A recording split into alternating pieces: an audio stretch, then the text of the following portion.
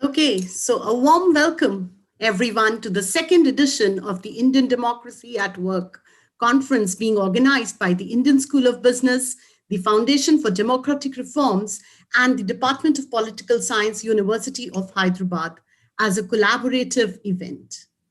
The first edition of the conference was organized at ISB's Hyderabad campus last year and was centered around the theme Money, Power in Politics.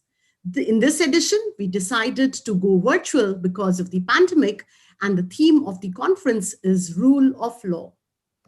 Today's interactive session is definitely a very exciting session, and as a part of IDAW 2021 conference is being co-partnered with News Laundry. The deliberation is on an imperative aspect, weaponization of fake news, the biggest threat to democracy. To moderate this session, we have with us a very known name and face, Abhinandan Sekri, co-founder of newslaundry.com. He has also co-founded a production house, Small Screen. Before founding News Laundry, he worked as a producer, director, and writer in various television and film projects, including the award-winning food and travel show, Highway on My Plate, and news satire shows like Gustaki Maaf and The Great Indian Tamasha. Welcome, Abhinandan. Thank you, Arushi. Along with Abhinandan, we would like to extend a very warm welcome to our expert, Carlos. Carlos joined Maldita.es last year to oversee its public policy and advocacy operations.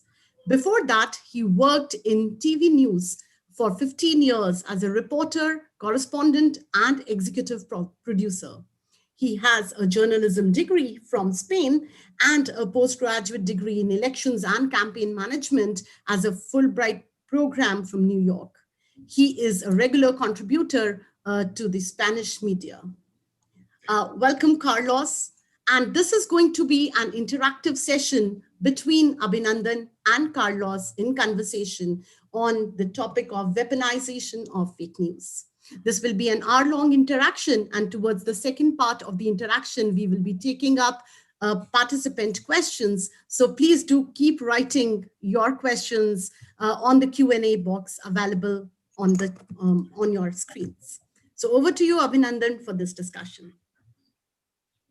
Thank you. Thank you, Arushi. Welcome, Carlos.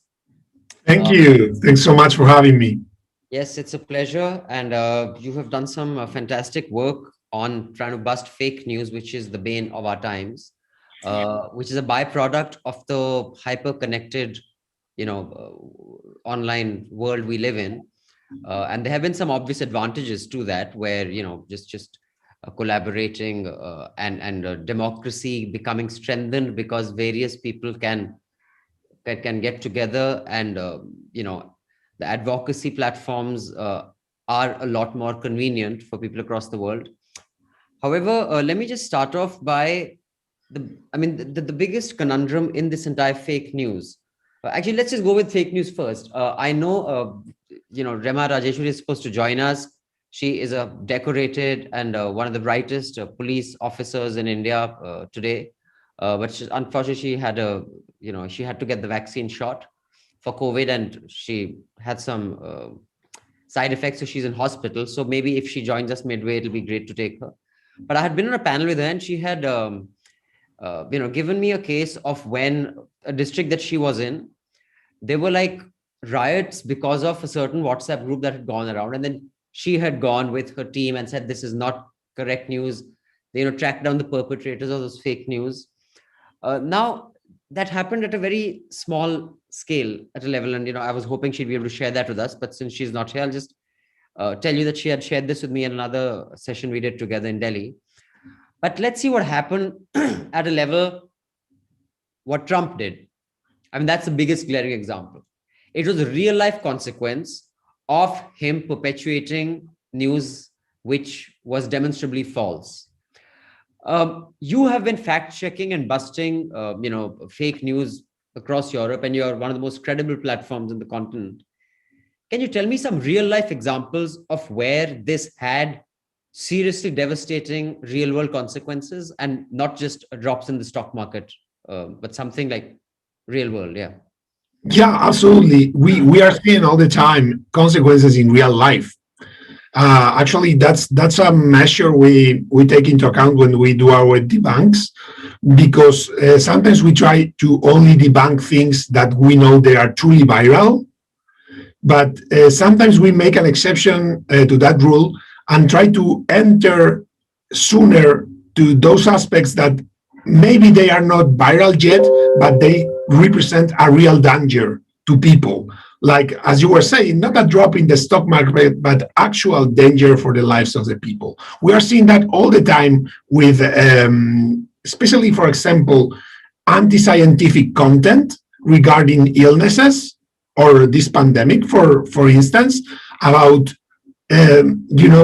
remedies and I wouldn't even call it medicine, but remedies that are not actually proven, or that are being sold, giving all kinds of hopes to people that is in a bad situation for their health, and they are politicizing that. Also politically, we are seeing, I don't really like the term fake news, because sometimes it doesn't even have like the form of news. It doesn't have a headline or a picture, but somehow it's a voice message in WhatsApp or whatever other thing. But we are seeing that kind of disinformation having real life consequences, particularly when, for example, there is a wave of immigrants coming to the Spanish shores in small boats or whatever, and it happens that some actors that are very invested in giving an image of those immigrants as criminals or that kind of stuff, they start circulating tales that are not based, that are actually debunked by the police or the authorities or the purported victims themselves.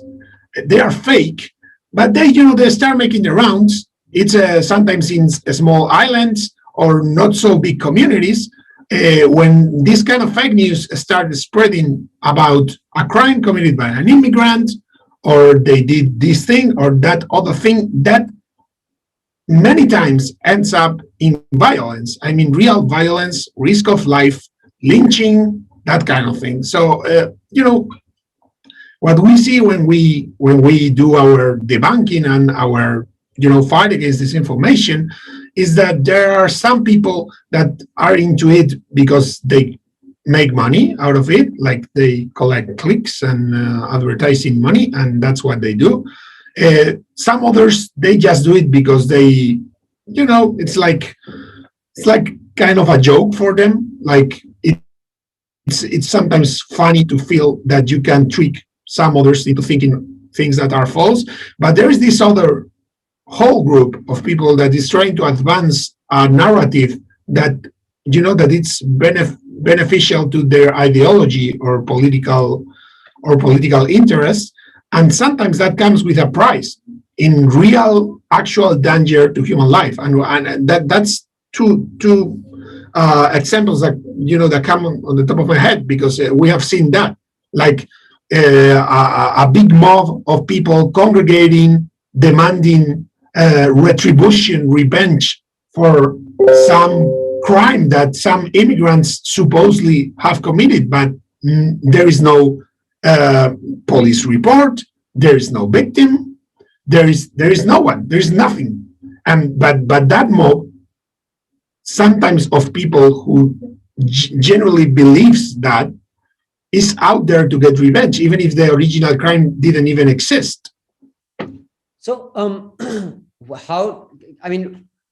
how fast does fact checkers work? People who are trying to debunk fake news like yourself, is there any quantifiable or measurable metric by which, whether it is machine led or editorial led, that can actually measure the impact of fact checking on fake news and how effective it is at debunking it at a level where it is just being shared, let's say on social media platforms, WhatsApp, etc.? Yeah, if we're going to talk about regulation later, that's one of the things we would like to see, because we have some ways to know how our work affects the dissemination of fake news, but of disinformation more generally. But sometimes only platforms know for sure how that works. But I tell you what we do. We have our, the thing that right now focuses and is at the center of our activity is a WhatsApp chatbot. It's an artificial intelligence that is connected to an IPA.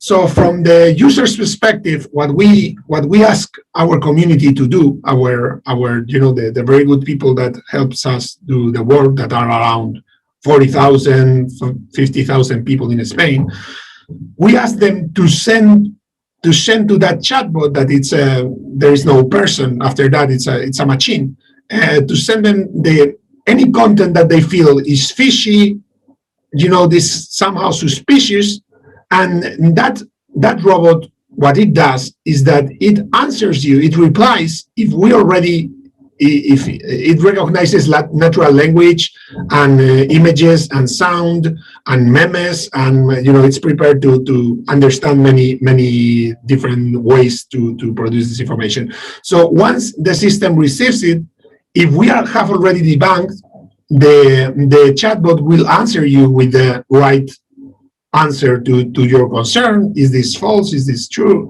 What do we know about this?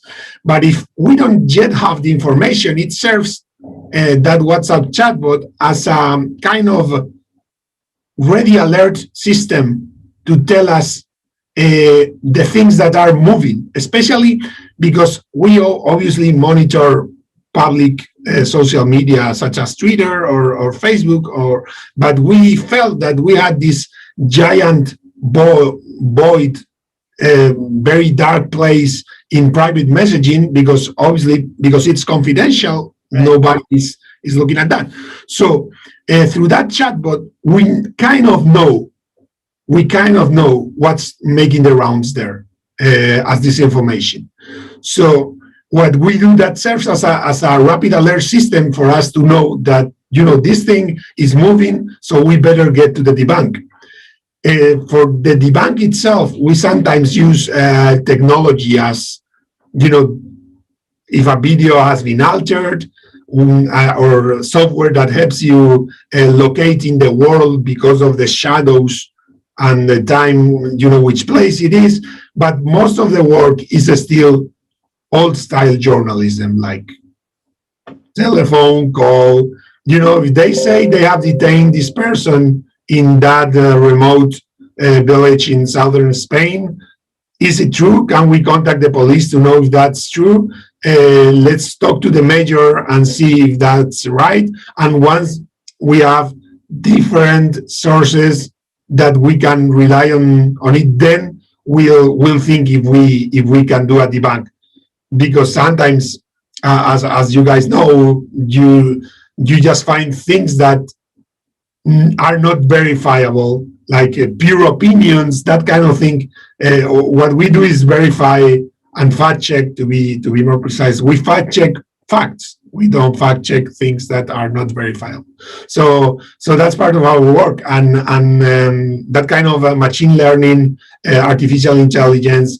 We are starting to get that in our day-to-day operation, and right now that chatbot is at the center of what we do, because it gives us a pipeline to the flow of this information that right now it's the best we can have, and we can aspire to know what's actually making the rounds.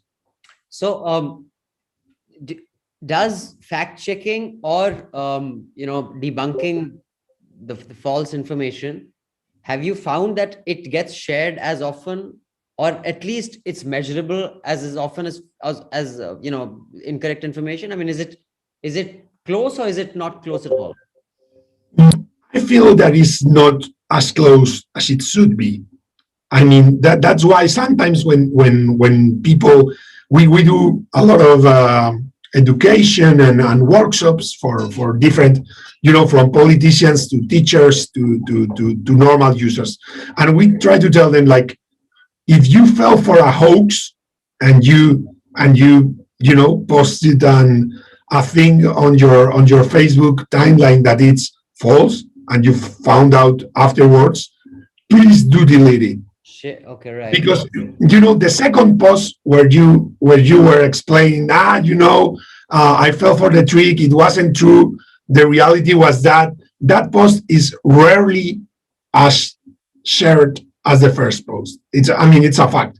Our aim, our whole thing is to try to get the banks and quality information, try to make it as viral as this information, but it's a hard thing to do because this information, it's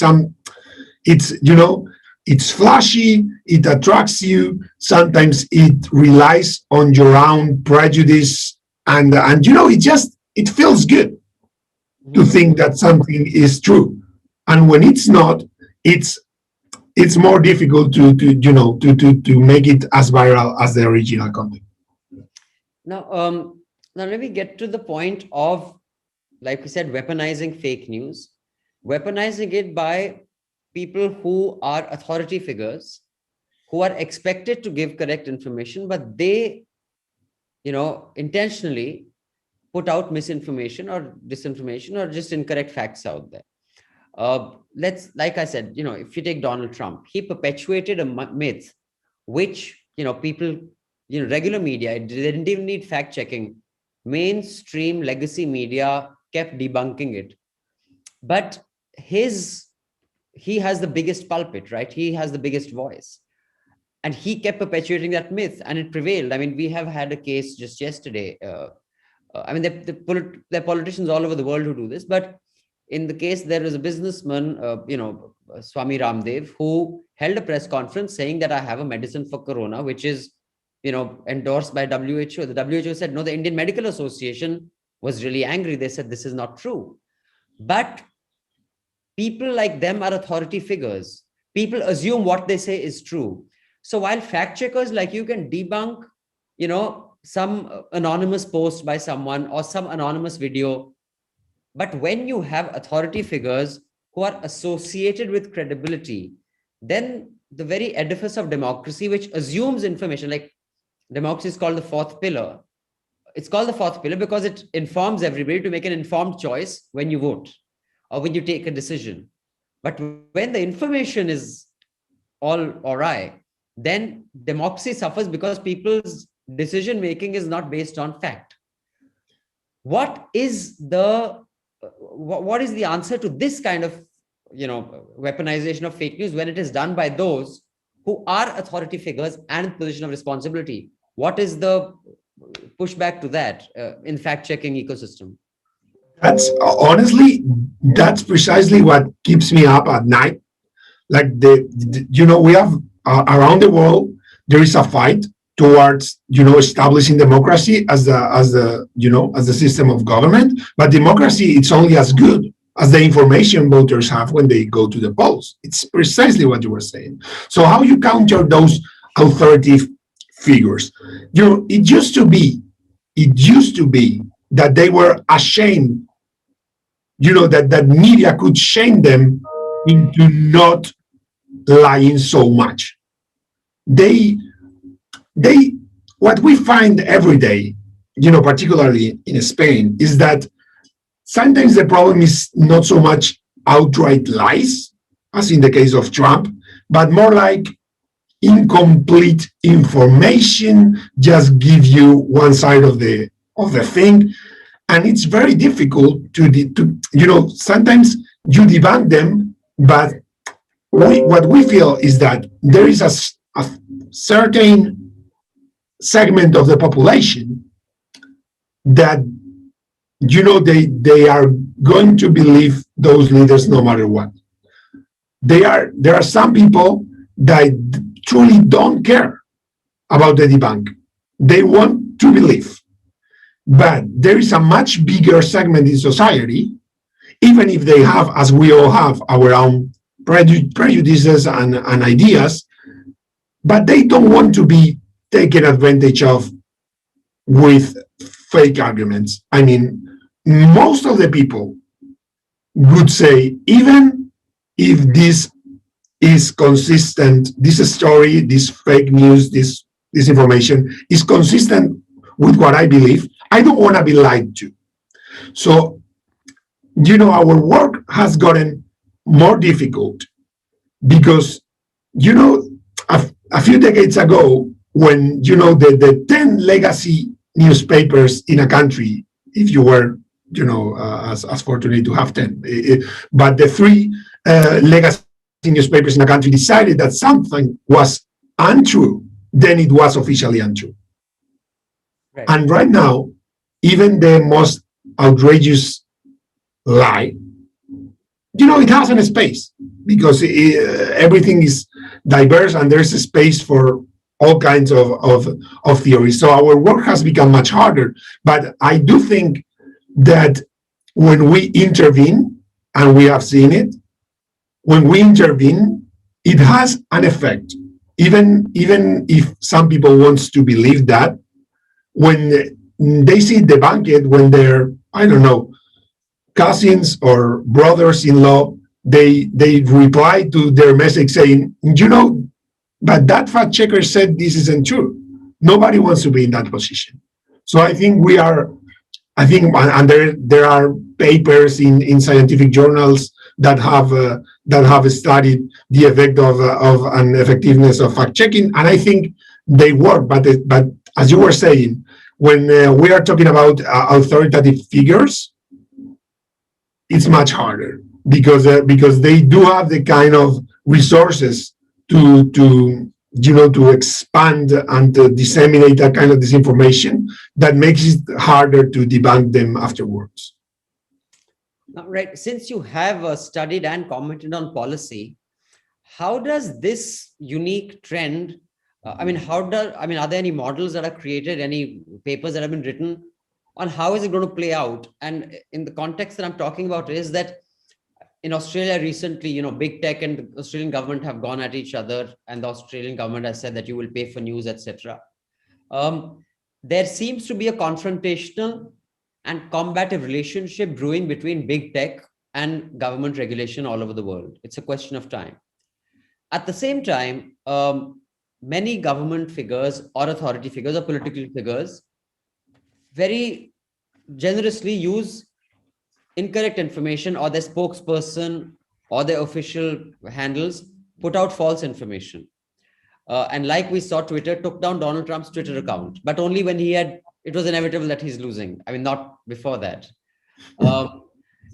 Now, governments regulate big tech in their country. Big tech regulates what is said on their platform. And often what is said on their platform by governments is incorrect. So they will have to push that off. But at the same time, they will be regulated by the very same government. So there is this circularity of authority.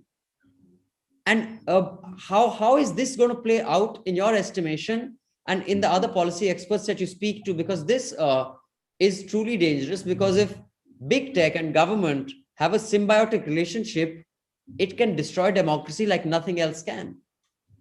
Yeah, the traditional power balance when it came to public opinion was that politicians normally don't really like that much the idea of a free critical press, but at the same time, journalists were their only resource to reach the public. So that was the balance. But now that balance resembles much more what you were saying, like governments are going to regulate these big companies, these big political spheres, and at the same time, those spheres are going to be very influential in who gets elected and how that's going to be. I don't really know how it's going to play out. What I know is that these massive companies, I have never met in my life a really big systemic company that wants to be regulated by government. It just, they obviously and naturally prefer to set their own rules. But I understand the argument and of how some, these private platforms have also become a very large chunk of the public forum. So, there has to be some regulation. And in the other way you were saying, as this very public yet private space is influencing how we vote and how we make opinions, I don't feel as comfortable that those very few private companies make decisions on their own about free speech. I'll explain myself. I'm not saying that, I don't like the idea of having a governmental body to decide how to moderate speech online. I think that it's open to all kind of abuses and a public perception of censorship that I don't like. And I also don't like the other opposite side of the equation, that is the platforms basically dictating what we can do online, regardless of the law, just because of the terms and conditions. So that's going to be a balance about how we behave online and how we regulate what we do, because I do believe there has to be a middle ground, and that middle ground, we at Maldita think it has to be kind of a collaborative effort. I mean, I don't trust any government 100%. I think nobody should. And I certainly don't trust companies 100%. And I think nobody else should either. But if we include more people in the process, I mean, if we as a society reflect on how to regulate hate speech or illicit or harmful materials online, if we get more people into that conversation, fact checkers, media, academics that have a good understanding and deep understanding of this information, if we somehow make more inclusive those decisions, I think they will be better. They will be better by design, but they will be also more credible for the general population, because I think most people would find it good suspect from being told by any authority, be that the platform or the government, what to say or not to say online, what's acceptable. Right. Now, in your experience and your work, have you found that big tech is allocating adequate resources and prioritizing fact checking, or just making sure that their platforms are not the primary river that incorrect information, lies are spread on? Is that a priority enough for them, and is there an incentive for them, or can we create an incentive for them that becomes a priority and not only size and scale? And what will that incentive be for big tech to make that a priority rather than just ads? I mean, is there a monetary way? Is there a financial way? Is there a model that can be created that for them too, it would make sense to deploy? And they have resources they have resources like governments. Yeah. So what is the incentive for them to allocate those resources to fight the weaponization of fake news? Well, I think it's sometimes hard to talk about platforms in general, but because they are making an effort in very different degrees. Some of them are taking much more seriously than others, and in different parts of the world and with different languages, they are making different efforts at different levels. So I do think they perceive that disinformation and hateful speech and it's bad for business somehow. They obviously have been profiting from this information in some instances as advertising and that kind of thing, but they do think that if their whole ecosystem online, it becomes untolerable, like a place where everybody is trying to get advantage of you and is constantly offending you, they know that's bad for business, and that's an incentive. I don't know if it's as strong as an incentive as it should be, but I think that's why mainly they more, some of them more and some of them less, are doing something against this information. And as to what is a priority, I'm sure they don't want any of the bad press or the political heat that comes with having a huge problem with this information. But they obviously balance their decisions against their results and their profits, and we have seen them. They sometimes experiment with a policy that can be very effective in fighting disinformation, but they won't.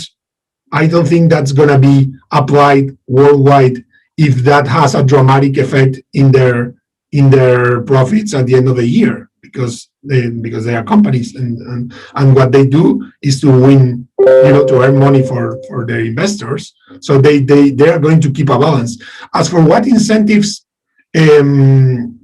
could work, I think, and in the European Union, legislation is there is a nascent and incoming legislation about this in the European level, and the idea behind it is that there has to be different levels of obligations from different sized platforms. It's not the same as having 400 million users that having 40,000.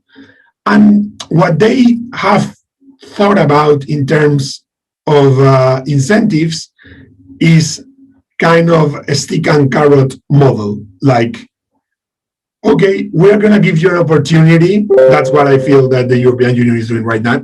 We're going to give you an opportunity to do things more or less at your own pace, to police yourself, and to come up with ideas that are effective in fighting disinformation and making sure that you apply them, in a compulsory manner. But I think the stick is there in the sense of that's the carrot, because if you don't do it, then we're going to come hard on you with legislation, like with the regulation that we have seen succeed at this in other places. And I don't think they feel the heat as much when it comes to moderating decisions or I don't know, sanctions, that kind of thing. But many of these companies are huge. They could have, and they are having, issues with anti-monopoly laws in the United States.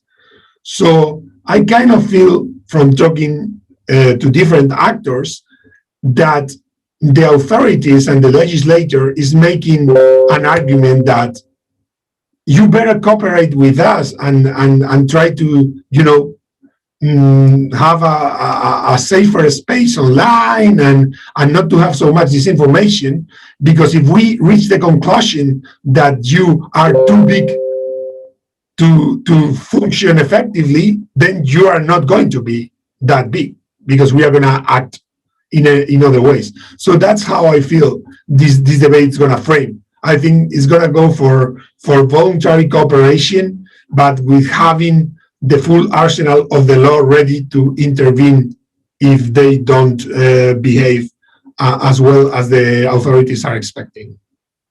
Right. We actually do have Dr. Prakash Narayan with us. Arushi, if I could request you to just, put on his camera, and if he is actually here and willing, those of you who, may not know who he is, though I'm guessing most people do, he's a retired bureaucrat, and he has also entered politics with his party. Arushi, do you want to introduce him before we just, because there are a couple of questions. I think Abhinandan, everyone knows him here. He is the founder of the Foundation for Democratic Reforms. He's a former IS officer and a voice that people have been hearing. Very, very active on social media, as well as the organization is doing so well. We are really thankful that he's here in the session.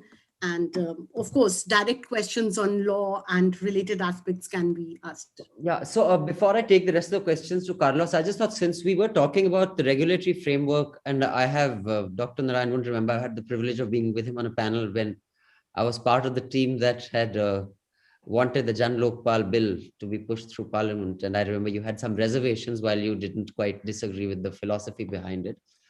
How do you think a regulatory framework around this can be negotiated? I'm talking specifically the circularity of authority between big tech, what they control, what is on their platform, like they took Trump down, and governments controlling big tech. How would you negotiate this space? Honestly, Abhinandan, I don't have answers. I don't think anybody has real answers. But if we try too much, we'll fail, because this clash between freedom of speech, democracy on the one hand, and public safety, it's an eternal one. So there are three areas which I think we should focus on. If a lie spreads violence or hatred, that's the easy one. And world over, I think there is some understanding, though there are some aberrations. I think that's not a troublesome one in terms of handling by regulation. The second is a little more complicated one. If your lies are causing damage to public safety by altering human behavior, for instance, I lie about COVID pandemic. I say it's not a pandemic. You don't have to take any protective measures. You're actually causing public damage. Two, suppose I lie about vaccines. I say vaccines are dangerous, don't take them. Or supposing I deny climate change in the face of evidence and therefore undermine the possibility of coming out of it. No, these are increasingly more difficult areas, but one day we have to address them. The third is even tougher, what Trump has done. You undermine democracy and institutions themselves by the big lie. If you argue against them, I have no quarrel, but you lied persistently and you have a megaphone. I think these three areas, if we figure out how to address them, and you can't obviously go after 1 billion or 2 billion people who have Facebook or some other thing. You can only go after a few influencers across the world. Even then, they are transnational. There's nobody who is, you can tweet from India to undermine America. You can tweet from Britain to undermine Russia. Therefore, there has to be a global agreement, and we have to look at, in my judgment, and from a pragmatic point of view, influencers defined as people with no more than X number of followers and so on and so forth. If they attempt to propagate lies, I think there is a possibility of meaningful regulation. But this certainly is one of the most challenging areas, what to do. You obviously don't want to reverse the technology, nor do we want to undermine democratic freedoms. But democratic freedom without restraint obviously is dangerous. And I think Trump has proved more than anybody else, because he's been the greatest practitioner of it. Right. So I think we have to look at it. I don't know the answers, but I have some glimpse of a certain set of solutions. If we don't make it too big an issue, but limit it to these specific concerns, and even there, I'm sure there'll be people who disagree with climate change. So we have to figure out. But that's interesting what you said, Dr. Narayan and Carlos, because EU is the closest that we can get to several countries coming together to have a common policy regulation. Like Dr. Narayan said, that this, I mean, while we can tackle it at a localized level, real solutions have to come when there is an acknowledgement. It can't be Britain is, weaponizing it and, or Russia is weaponizing it and America's fighting against it. Now, getting that kind of a consensus policy is going to be a challenge, but the best chance we have is EU, because you already have a common, policy framework on certain things. How realistic is it for the EU to be the starting point of coming up with some sort of policy framework in tackling the weaponization of fake news, especially politically?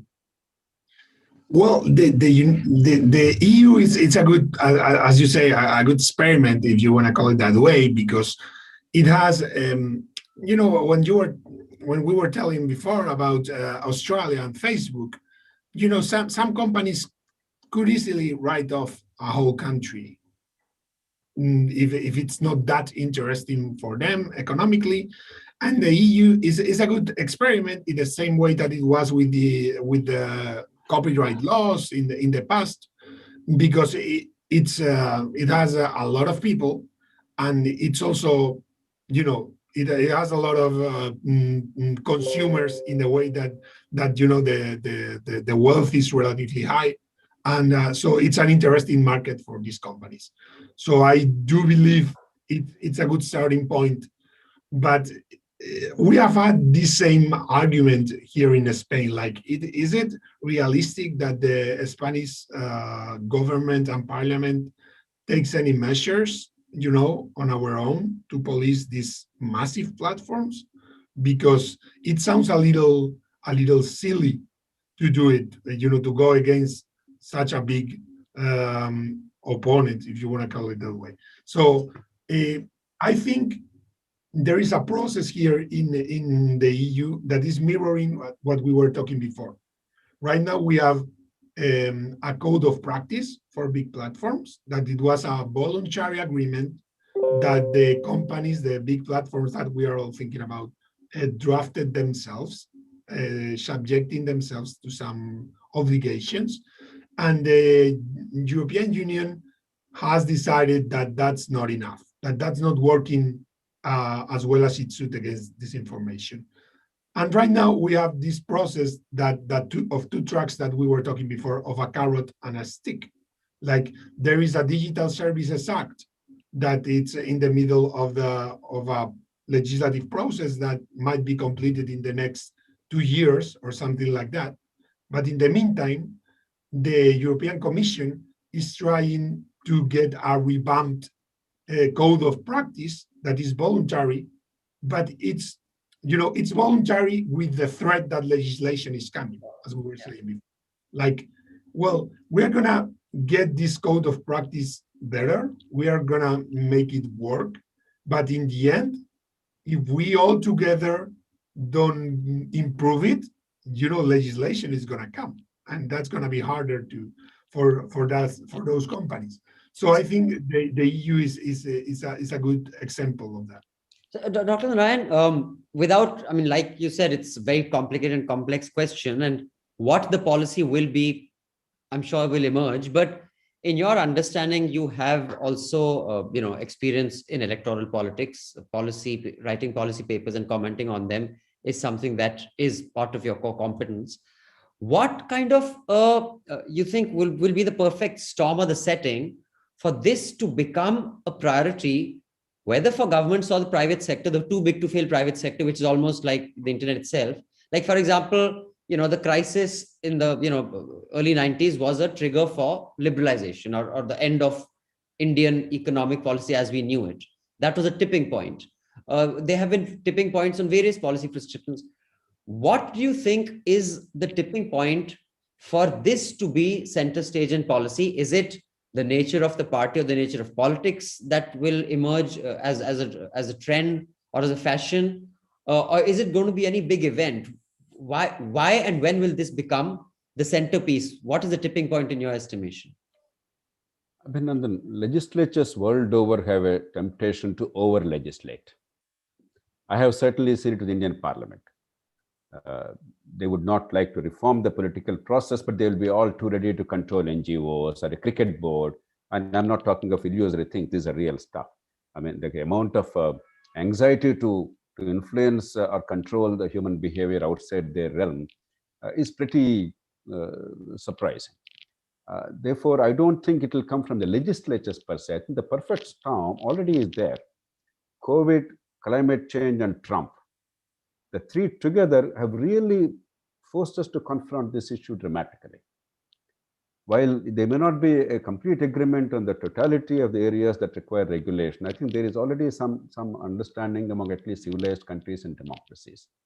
But the real challenge is, when you have a big platform, as Carlos said, 2 billion or more users of Facebook, and what are you going to do? And even Facebook, they're not gods. If instantly, every second, there are hundreds of thousands of messages, there's nothing any human agency can do, however intelligent it is, or even AI can do. Therefore, I think if you can bite what you can chew, that will be better. And one way of looking at it is, for instance, influencers who have more than 100,000 followers. I'm giving a ballpark, some kind of a starting point for discussion. Anywhere in the world, because that's verifiable now, we know. If you propagate or repeat demonstrably false messages willfully, then you are liable. Because you can't go after the 2 billion or 3 billion users of social media in the world. Impossible. And only in these limited respects, be very, very restrictive. It must be demonstrably false news, and it must do demonstrable damage. If I don't like your use, you lie, I don't think that's an issue that can be legislated, because there's no end to the slippery slope. So if that is the basis on which we frame some kind of a model code or a regulation, And if you persuade to start with democratic societies, I think there is a realistic chance. I think already we have a perfect storm. I don't know if there's going to be for another century another perfect storm of climate change and COVID and Trump. This is an unusual set of circumstances. I think for this particular issue, the time is right. I see. I'll just take a few questions, Dr. Narayan and Carlos. This is from Dr. Bhatia.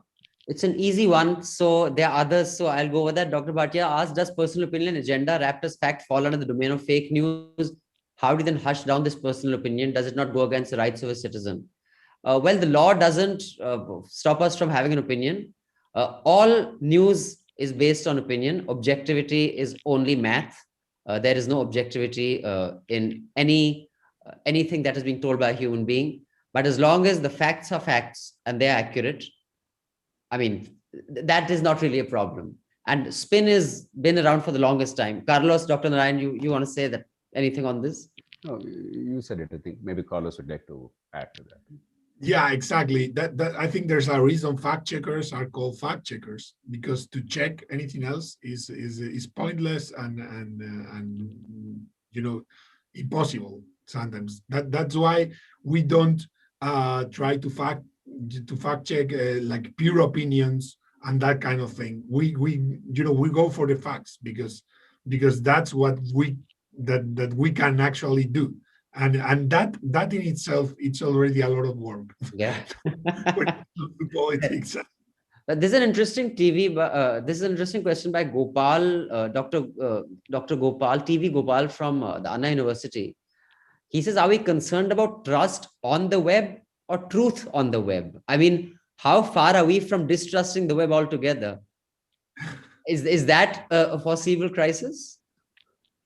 I think that's a wonderful question, and if I could pick one thing to have some change for Maldita, for what we do, it could be precisely to make people less trustful. I know this sounds sometimes a little, but that is precisely what we want. We want people to be critical. Well, one of my colleagues here at Maldita, he says that we are like the goalkeeper in the line, and we are having a penalty kick every 3 seconds. Pa, pa, pa, and we can never stop. But what we want is not to be able to be the goalkeeper, to be a better goalkeeper. We want the goal to be smaller. We want people to think twice about something that message that pops into your screen. And we want people to say, hey, this might not be true. I'm gonna think about it. I'm gonna find a second source for this. I'm gonna check if that website is something that I have read before or it's completely new for me. The end game here is not to eliminate this information, which is impossible, is to make citizens more aware that it exists and more critical and more practical in the way of you cannot believe everything that you are told. And that's why we do fact checking, but we do a lot of as I was saying, seminars and workshops and education initiatives in media literacy, because we think that's the ball game. Like if we create I was gonna say like the next generations, but not our actual generations right now, people of all ages. If we somehow manage to make them more resilient against this information, all the rest of the problems are going to be much easier to solve. Right. What about you, Dr. Narayan? Do you think we are at anywhere close to having distrust of the web rather than, distrust like truth on the web, a truth of the web? There are obviously two broad issues. One is we can't do without the web. You like it or not, now we're too far gone, and without that you and I cannot survive. Therefore, it can't be a distrust of the web per se, but what is paraded in the web, if we don't have, as Carlos said, a very critical approach, it's a very dangerous thing. It's easier said than done. Professionals like Carlos, they know how to do it. Hopefully, people like you and I, our alarm bells ring when we see something outrageous, or something that's not so outrageous, but something The other day, somebody asked me, is it true that Boris Johnson is resigning because he doesn't get enough money as prime minister? I don't know if you heard about that. Yeah, I did. I heard about that. It's a relatively harmless lie, but there's an uncritical acceptance far too often. Right. And a large number of people are not merely gullible. They're willingly gullible. Like, for instance, the Trump followers, I'm talking the hardcore followers. I'm not talking a partisan party. I think the Republican Party is a great one in America. But Trump, I don't think, is a Republican Party guy, except nationally. It's not about party and ideology. It's about an individual and the way you spread lies and mobilize community and create problems. There are people who are willing to listen to that and take it as gospel truth and propagate that, and not willing to listen to anything else. I don't know what we can do, honestly. I wish I knew the answer. I simply don't know what to do, because if you say educate them, it's another 30-year process. And there's no guarantee that better education, at least on paper, it guarantees better discrimination. And if you say more robust public discourse, it's all wonderfully said, but I really don't have an answer. That's a very complex question. So the problem is, what do you do with that group of people who don't want to listen to anybody else? And no matter what is said by my guy, I absolutely believe that whatever is said by the other guy, I don't care a damn, but I don't accept it. I don't know the answer. I wish I knew. But yeah, I think this is also a philosophical question. I'll take another question, which is seems like an innocuous one, but is a deeply philosophical question. Like what Dr. Nair said, like flat earthers. There are people who still believe the earth is flat. And in fact, the MVP of the NBA 2 years ago, he is a flat earther. I mean, he is one of the most well-paid sportsmen in the world, but he believes the earth is flat, and he's not, afraid to say it in interviews. So there will always be those people. But do they form a critical mass that is significant enough to kind of destabilize the world? Now, the question that I'm talking about is, that has been asked in our comment section is, who decides? Who's the final arbiter of truth? Is it a company? Is it a government? Is it a poll? Let me go to Carlos first. How do you answer this question practically or philosophically? Well, that's a question we grapple every day, because as fact checkers, we are not the arbiter, but we are asked, and we have to decide sometimes that it's a particular fact happened or not. I will be much more happy with the state of the world if we don't have one arbiter of the truth. That's what I was trying to say before. Like, if we can have a process for these things, like, some lies are not even are harmless, as the doctor was saying, and you don't even need to get into that. But for the important things, I will be much more happy if we could have a process that involves many different people. I mean, we were talking about Trump, for example. Trump, I mean, you can have your own opinion as if he had to remain a presence in social media after what he did in the first week of January. And you can think, that he should remain there or he shouldn't. But I think most of the people could agree that that's not a decision to be made, in a company office in California by exactly who, and according to which data. That's what I care about most. Like, I would like that these platforms have standards, general standards, decided, with input with different actors in society, about when someone has to lose their presence in social media. What you have to do, how we're going to monitor this, can he come back, or maybe he can't, that kind of thing. I want an open and participative process about that, of the people who really care and is an expert on this information. So that's the thing. I don't think there should be one arbiter, because that would always be subject to accusation of bias and that kind of thing. But I would very much see a process in place, for at least people can, know how those decisions are made. Dr. Narayan, you have a view on... Abhinandan, I don't think we need to worry too much about the philosophical aspects of truth, because, as Bernard Shaw, I think, once wrote, if during Copernicus time, a kid in the examination wrote that the earth revolved around the sun, he would have flunked the exam. So Right. I don't think anybody has any monopoly over absolute truth. So let's not go too philosophical. And second, I'm much more pragmatic in these matters. I slightly disagree with Carlos, because when there's a clear and present danger by people like Trump, and in the absence of a legislative or regulatory framework, and the danger is multiplying on a daily basis, on a philosophical ground that some office in California should not make a decision if you keep quiet and everybody keeps quiet, I think we already have seen the immense damage done. So I'm not saying there is a particular answer which is permanently valid, but I think in a particular context, if a company exercises self-restraint and demonstrably open and balanced criteria and applicable to all people reasonably equally, it's a perfect wallet. I mean, if I'm a company, I have a right to decide what I want to do. I cannot allow my platform to be your megaphone when I absolutely can see that your megaphone is causing immense damage. And you can have another megaphone. There may be another company that wants it. So I don't think that you have a right over the companies. Rights don't exist over companies. They only exist against the state, as long as it's non-discriminatory. So I don't think we should go too far in this absolutism of freedom and who will regulate. The third is, as I said earlier, if we limit our concerns in terms of regulation to absolutely minimal things, not lies per se, but lies that can do demonstrable and clear and present damage, Right. imminent damage. And even there's going to be a lot of gray area, but I think it's more easy to come to a reasonable agreement.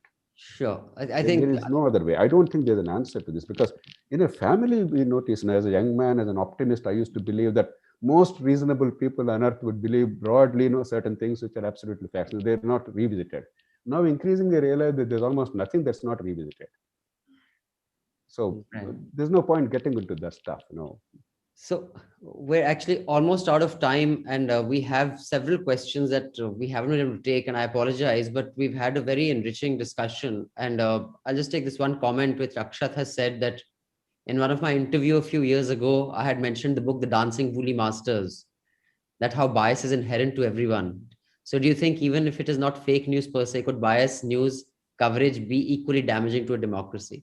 So Akshat, I'm very impressed that you watched my interviews from so many years ago and remember I said this, but just for the rest of the audience. He's a young kid. He's just 18 years old, 17 years old. Is that right? Wow. Yeah. So Akshat, it's interesting, that book, what Dr. Narayan just said, that if you wrote that exam at the time where it wasn't acknowledged that the sun is what is the center and we revolve around it.